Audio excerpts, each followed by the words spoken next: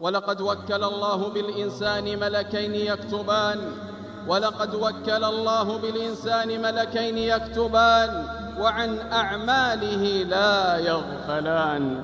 قال تعالى: إذ يتلقى المتلقيان عن اليمين وعن الشمال قعيد ما يلفظ من قول إلا لديه رقيب عتيد.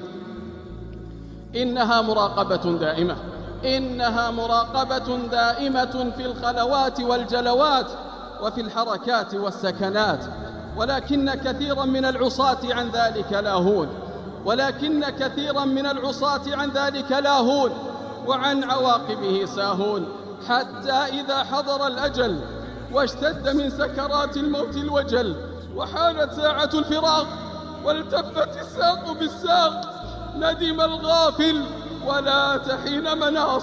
قال جل وعلا: وجاءت سكرة الموت بالحق ذلك ما كنت منه تحيد.